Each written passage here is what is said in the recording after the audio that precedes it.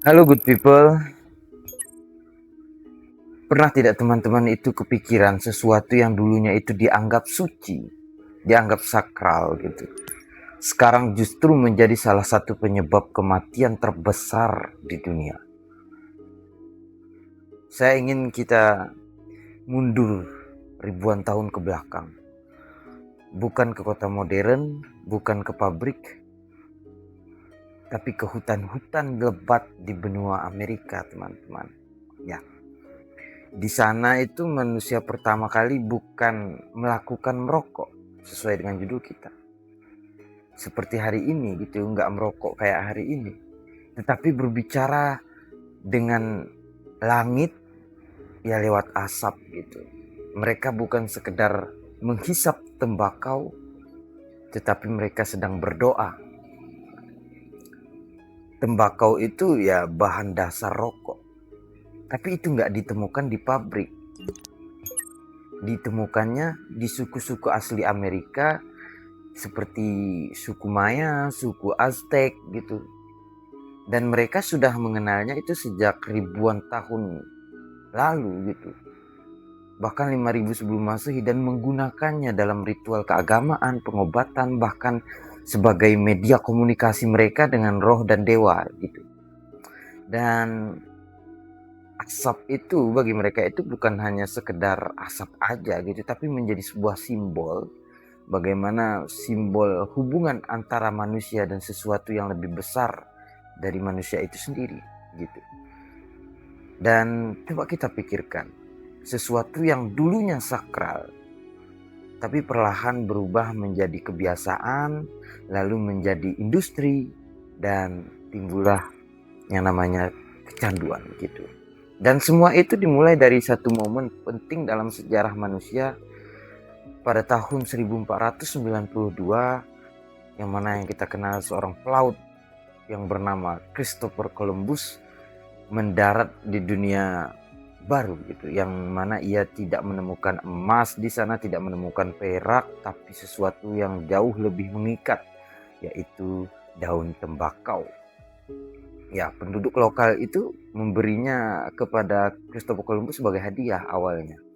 Dan itu dianggap nggak berguna bagi mereka. Tapi ketika mereka melihat bagaimana penduduk asli itu membakar dan menghirupnya gitu, disitulah rasa penasaran manusia sewajarnya mulai bekerja gitu. Dan seperti semua hal yang orang-orang anggap menarik gitu, yang pastinya nggak berhenti di situ aja gitu. Tembakaunya dibawa ke Eropa dari sesuatu yang asing gitu ya kan, yang dianggap nggak tahu gitu ini untuk apa gitu, ia berubah menjadi simbol status, yang mana kaum-kaum bangsawan pada saat itu mulai menggunakannya bukan untuk spiritualitas tapi untuk gaya hidup, untuk lifestyle gitu. Dari ritual suci berubah menjadi tren sosial. Dan pada titik itulah sesuatu yang sederhana mulai mengalami mutasi makna gitu. Bukan lagi tentang roh, tetapi menjadi sebuah gengsi. Nah, dan disinilah terjadi sebuah manipulasi pertama gitu ya. Bukan memanipulasi terang-terangan gitu, tetapi pelan, halus, dan mematikan pastinya. Karena ketika sesuatu yang digunakan oleh orang-orang yang berstatus tinggi dari kelas atas, maka secara tidak langsung dunia itu akan berpikir kalau mereka saja pakai berarti ini sesuatu yang layak gitu. Dan orang-orang tidak hanya meniru gitu, mereka mengikuti dan masuk ke abad 16 dan abad ke-17. Tembakau itu tadi menyebar ke seluruh dunia melalui perdagangan global gitu, yang mana bangsa Portugis, Spanyol membawa tembakau itu ke Asia juga gitu, termasuk Indonesia itu sekitar tahun 1600-an gitu. Dan disitulah rokok itu mulai benar-benar lahir dalam bentuk yang kita kenal sekarang gitu. Yang awalnya tembakau itu dikunyah atau dihisap gitu menggunakan pipa panjang kalau teman-teman tahu gitu ya. Tapi orang-orang kreatif gitu ya, yang kita tahu manusia itu sangat kreatif dan juga malas gitu, tidak ingin sesuatu yang ribet gitu, kita ingin sesuatu yang praktis. Jadi tembakau tadi mulai digulung lah dengan kertas gitu, atau linting dewe kalau sekarang itu ya. Ya sederhana, efisien, dan banyak gitu ya. Tapi tunggu dulu, itu belum menjadi industri besar teman-teman. Yang benar-benar mengubah segalanya itu adalah satu hal yang kita kenal sekarang, yaitu mesin. Pada tahun 1881 ada yang menemukan mesin itu yang bernama James Bonsek. Dia yang menciptakan mesin pelinting rokok pertama gitu. Dan mesin itu bisa memproduksi ratusan batang rokok per menitnya gitu. Nah, dari sesuatu yang sebelumnya dibuat manual jadi berubah menjadi produksi massal gitu. Dan pada titik itulah, karena ketika produksinya meningkat gitu, harganya turun. Dan ketika harga turun, konsumsinya naik. Dan ketika konsumsinya meningkat, kebiasaan itu tadi berubah menjadi kebutuhan. Dan ketika kebutuhan terbentuk, disitulah bisnisnya lahir gitu. Perusahaan-perusahaan besar mulai bermunculan. Mereka tidak hanya menjual rokok, tapi juga menjual cerita dan menjual citra gitu, bahwa rokok itu bukan lagi sekedar produk saja,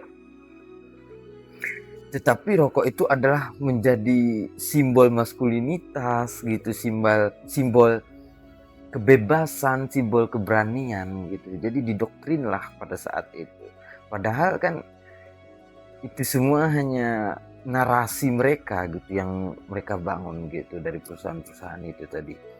Dan ya teknik manipulasinya sangat halus gitu ya kan, menghubungkan sebuah produk dengan identitas diri manusia. Kamu tidak membeli rokok, tapi kamu membeli perasaan menjadi lebih gitu ya kan. Dan masuk ke abad 20, rokok sudah menyebar ke seluruh dunia gitu, bahkan dalam perang dunia gitu ya, perang dunia pertama gitu, dunia kedua, rokok itu dibagikan ke para tentara itu sebagai sebuah penenang gitu. Nah coba teman-teman bayangkan, di tengah peperangan di antara hidup dan mati, orang-orang tetap mencari ketenangan gitu ya, lewat apa kalau bukan lewat asap, yaitu rokok tadi gitu.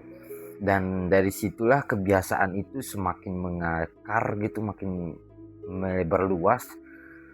Tapi ada satu hal yang jarang dibicarakan, bahwa sejak awal manusia itu, orang-orang itu sebenarnya tidak benar-benar butuh rokok gitu. Kita hanya diajarkan untuk merasa membutuhkannya gitu ya kan. Dan hari ini miliaran batang rokok dikonsumsi setiap tahunnya di seluruh dunia. Bahkan angka global mencapai triliunan batang per tahun. Ya, triliunan batang rokok per tahun, teman-teman. Ngeri banget itu semua. Ini berawal dari sesuatu yang dulunya dianggap sakral gitu ya kan. Dari yang dulunya ritual menjadi kebiasaan, dari kebiasaan menjadi industri, dari industri menjadi ketergantungan, dan sekarang itu pertanyaannya bukan lagi siapa yang menemukan rokok itu, tapi siapa yang sebenarnya sedang mengendalikan siapa gitu. Apakah kita yang mengendalikan rokok, atau justru rokok itulah yang mengendalikan kita gitu kan. Karena kalau kita jujur gitu teman-teman, rokok itu bukan hanya sekedar benda kecil yang dibakar gitu ya, tapi ya itu kayak sudah menjadi cerita panjang tentang bagaimana sesuatu yang bisa masuk ke kehidupan manusia itu gitu. Pelan-pelan tanpa disadari gitu ya kan, sampai akhirnya menjadi bagian dari diri kita gitu, dari diri orang-orang gitu. Dan mungkin tanpa kita sadari cerita itu tadi masih terus berlangsung gitu, bahkan nih sampai hari ini ya kan. Ya jujur saja teman-teman, saya juga masih merokok gitu ya, nggak tahu kapan berhentinya. Dan ya itu aja dari saya. Thank you very much, sampai jumpa di video selanjutnya. Oke.